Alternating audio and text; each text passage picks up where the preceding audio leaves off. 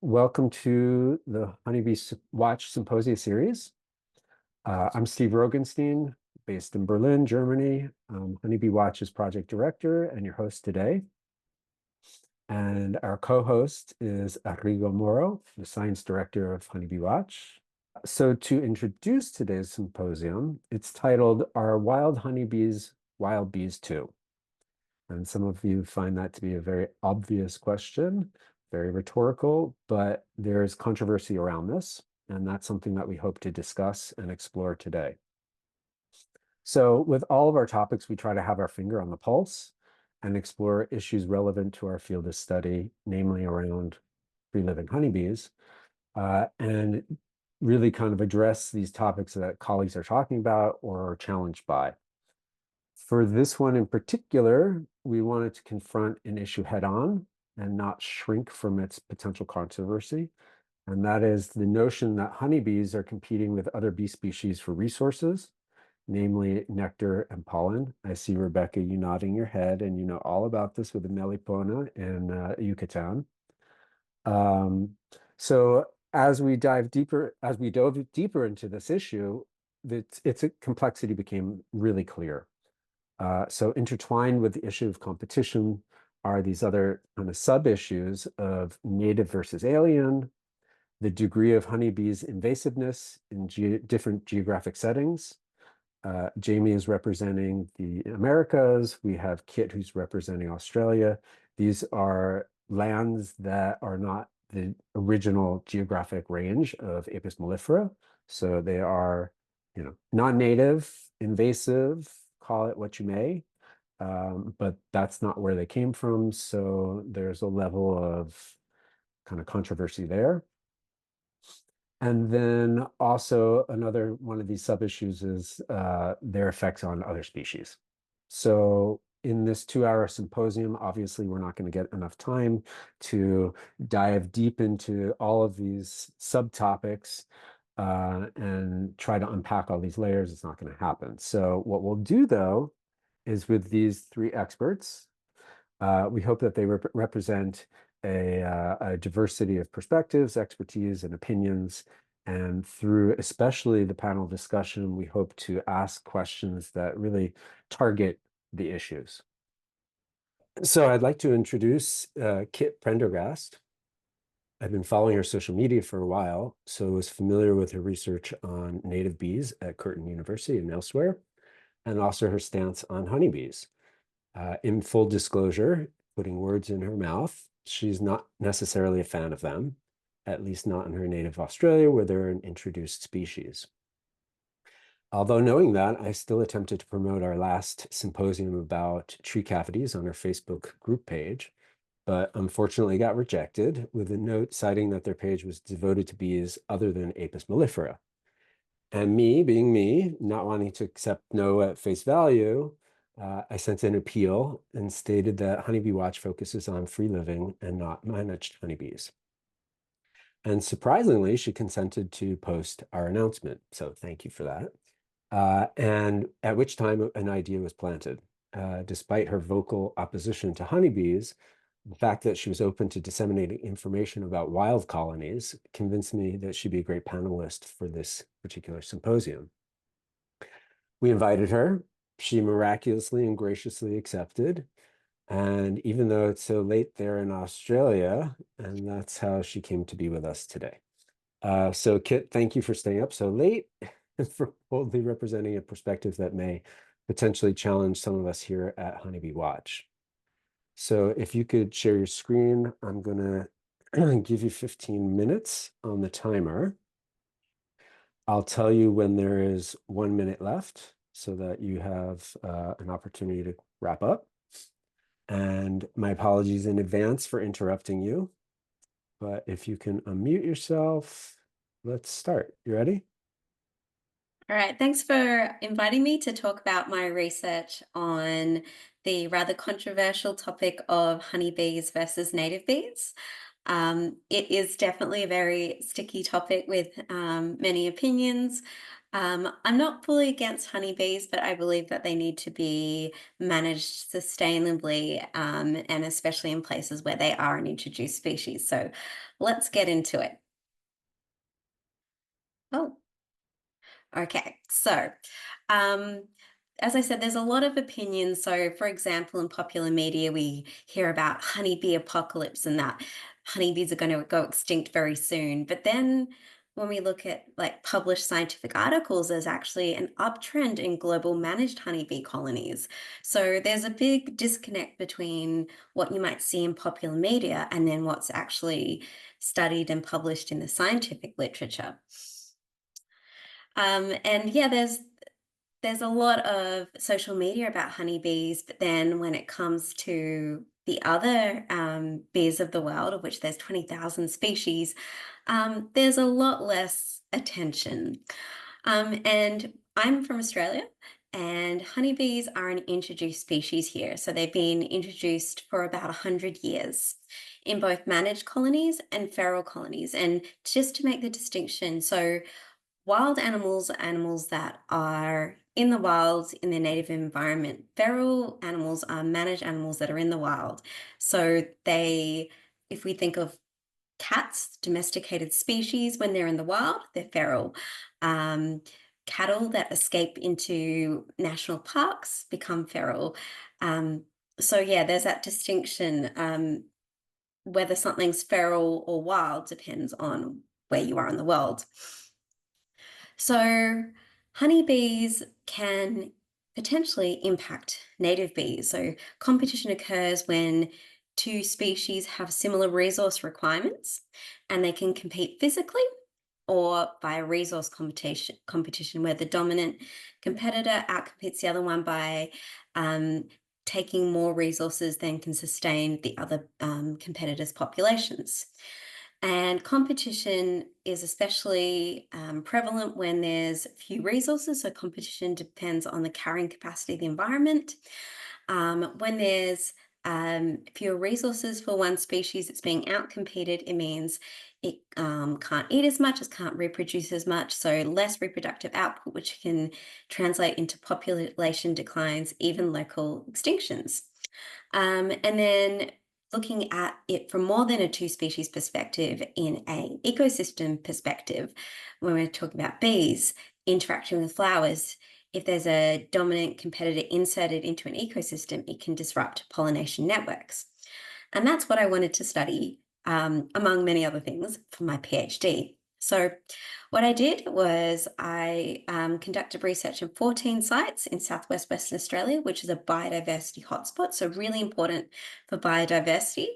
I recorded honeybees, native bees, the plants they visited. I wanted to know, do honeybees affect pollination networks, and are they competing with native bees? So these are the publications from that research if you want to read the whole thing, but I'm going to give you a little bit of a summary now. So I found that the introduced honeybee occupied different roles than native bees and pollination networks. Honeybees in those graphs, which are interaction network graphs, are in the red, and you can see that they dominated. And they forage on more plant species because they are a super general species, whereas here in Southwest Asia, we've got specialized plant pollinator relationships. Some species can only forage on plants in just one genus, so they don't have the opportunity to switch plants. And so, yeah, honeybees dominated many of the interactions, especially in residential gardens. So I was looking at residential gardens as well as remnant vegetation in urban areas. And they differed in their roles in the ecosystem. They visited more plant species. They also visited way more exotic plants. And so this meant that when you look at the different metrics in a pollination network, they occupied different roles. They were less reliant on plants. As I mentioned, many of our native bees strongly rely on a particular few plants. And honeybees were less specific in their interactions. Because they visited more plants in higher abundances, they had a higher what's called pollination service index, and the variation in honeybee specialization was much wider as well. So you can see that they stood out very clearly from the rest of the other native bee taxa. They also altered the network properties. They made them less connected, which can lead to instability. They meant that with the honeybees, the native bees had to forage on different resources when there were more honeybees to try and reduce competition. Honeybees made networks more generalized, and there was also more overlap in resources. But how about, so that was the networks. How do the honeybees affect native bee abundance and diversity? So looking overall, association between honeybee abundance and native bee abundance, there was no association, but a positive association in gardens. Year 2, no association, but a negative association, which means that the effect of honeybee abundance varies between years, which can be due to variation in flowering resource due to weather, and also the types of habitats.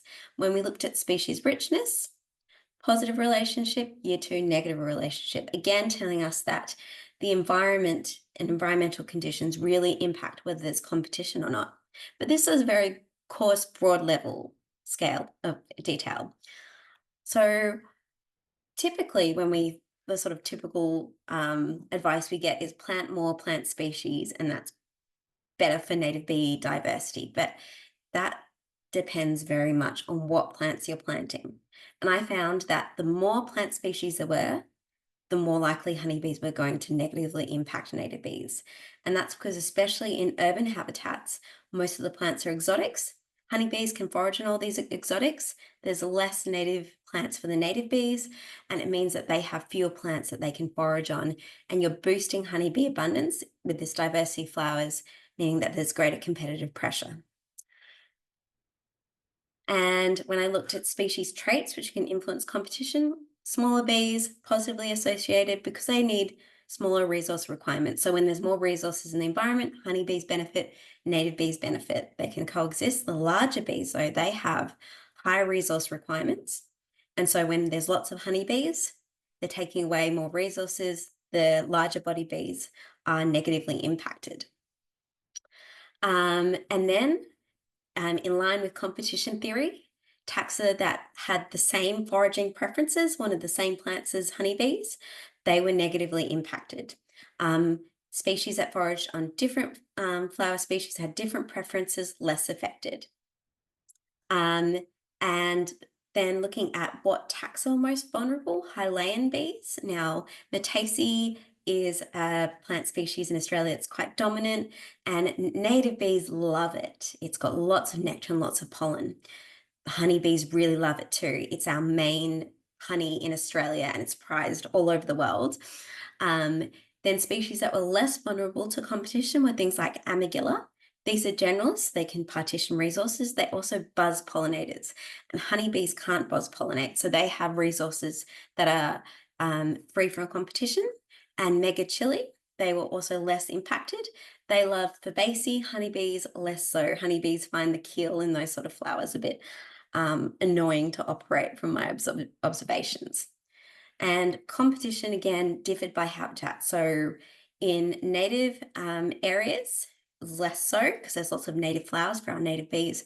Residential gardens, bad for native bees, good for honeybees. So there's competition there. Then I also did some research after my PhD looking at bees after bushfires. This was in 2021, and we had many fires in 2020 in Australia. And I was looking at bee hotels, and I found that in areas where there were more honeybees after fires, there were fewer bee hotels occupied and fewer native bees foraging. And this is because after the fire, there's less resources because the fire's burnt through the resources. And so there's fewer flowers. Honeybees can outcompete the native bees in those situations. I also wanted to look at what the literature as a whole has been finding. So I did a review of all the published studies in Australia. Mainly non-significant, so that means that's not statistically significant, but there were way more negative associations. So it means that competition is actually really hard to demonstrate because there's so many different variables.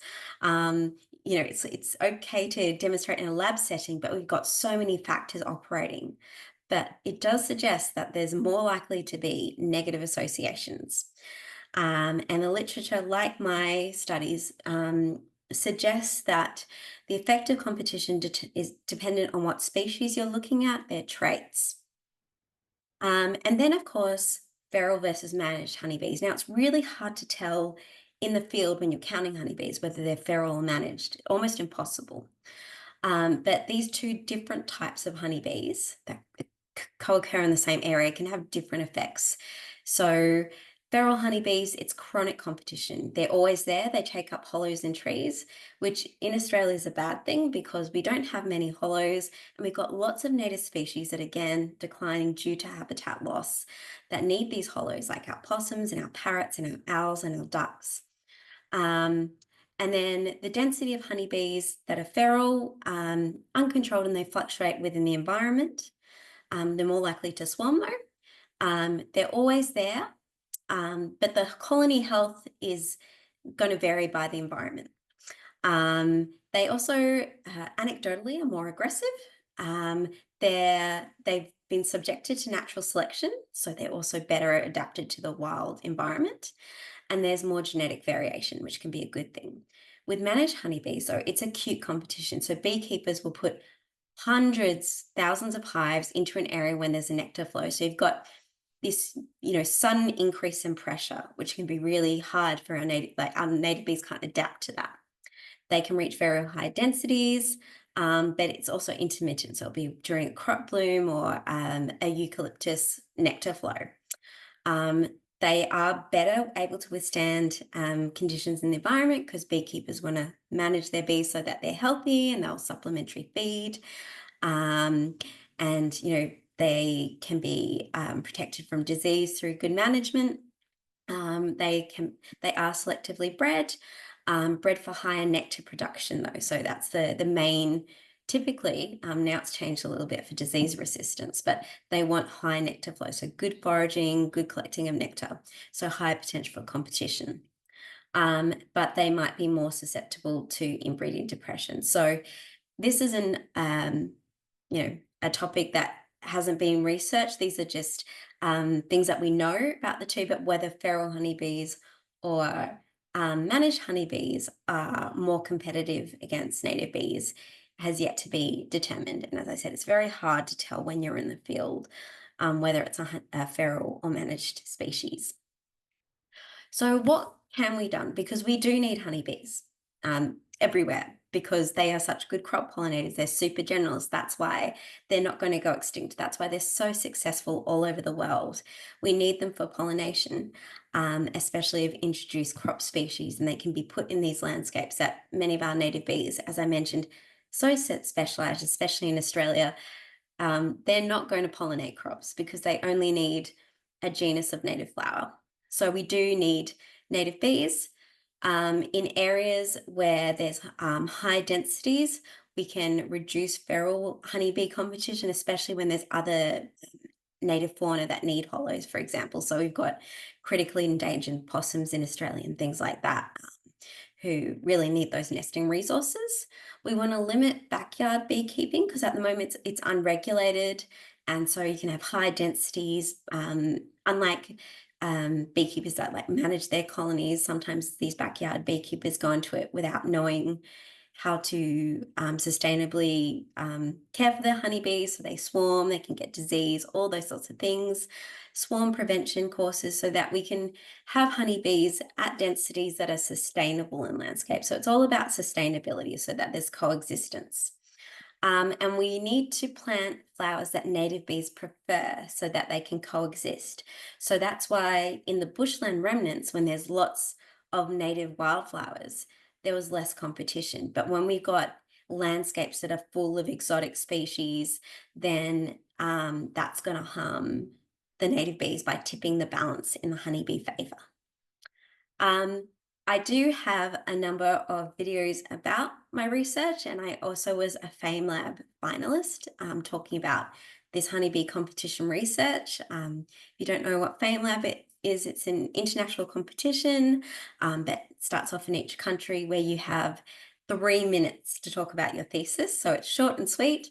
And so you can see that on my YouTube channel. But that's a very brief overview of the topic of honeybee versus native bees. There's clearly so much to discuss, and ongoing research is still being conducted. But something that's really important, because as I said, we need to protect native bees. They're declining, they've gone extinct, but we also need honeybees in a way that's sustainable as well. So thank you. Thank you, Kit. Wow, that's a lot of field work. Yeah. I can only imagine spending lots and lots of time in backyards and in remnant bush. What do you call them? Remnant bush? Yeah, so we call sort of wild vegetation in Australia the bush. It's Okay. just a colloquial term, bushland or bush, but it's yeah, native vegetation. But that's my favorite thing to do, just to spend time looking at flowers and counting bees and seeing what diversity there is. It's very exciting. Sounds very calming and therapeutic. Oh yeah. Uh, so thank you for presenting your work and introducing us to all of these facets of competition between the honeybees and the other native bees in Australia. Super interesting, and I think it'll definitely fuel the conversation that will ensue. So thank you very much. Thank you.